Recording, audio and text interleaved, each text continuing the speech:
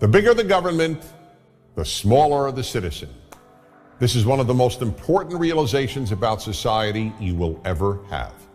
In fact, this understanding is the primary reason for America's unique success as both a free and affluent society. Everything gets smaller as the government gets bigger. Liberty gets smaller, individuality gets smaller, goodness gets smaller, and human character gets smaller. This is not a political point on behalf of a political party. It is simply an observable fact, and it's just common sense. Now, no one denies that government can and must do certain things. There's plenty for government to do. It's the government that must protect us from foreign attacks. That's why we have armed forces. It's the government that must protect us from criminals within our country. That's why we have police.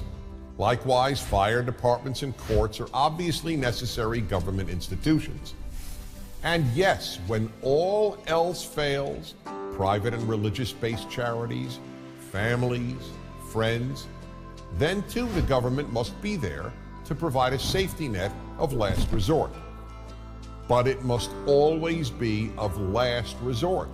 When government is the first resort, the first place citizens look when they have a problem, bad things happen. As government grows, almost everything else begins to disappear. The first thing that goes when government gets bigger than it needs to be is goodness. Yes, goodness. As the state gets bigger, people simply do less good for their fellow citizens. After all, why help others when the government will do it for you? This is the reason that, as noted by the international nonprofit organization Charities Aid Foundation, and shown in study after study, Americans give more charity and volunteer more time to help others than do Europeans, not to mention just about everybody else in the world. From the beginning, Americans understood that government must be small, and therefore individuals must devote time and money to helping others, as well as non-governmental institutions of goodness. They have to be large and plentiful.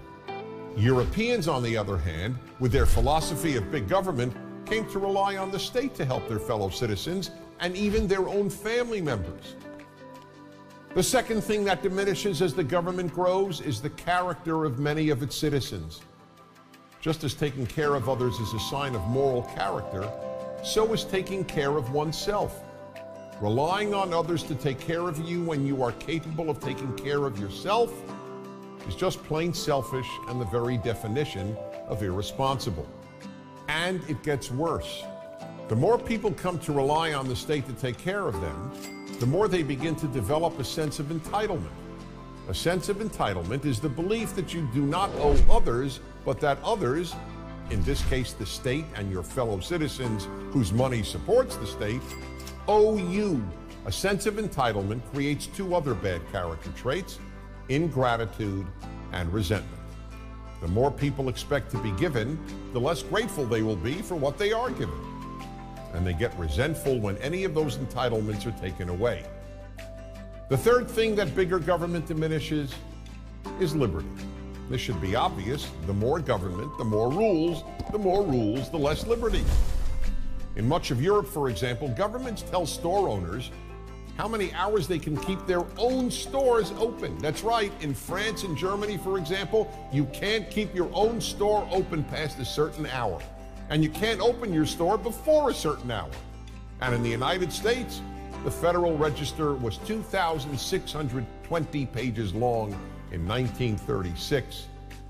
By 2012, it contained 78,961 pages of rules and regulations.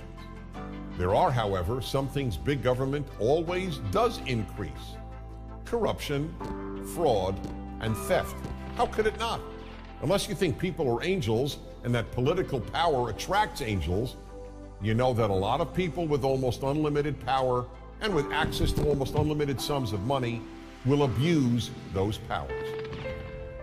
So for all these reasons, small government was the vision of the people who founded the United States of America.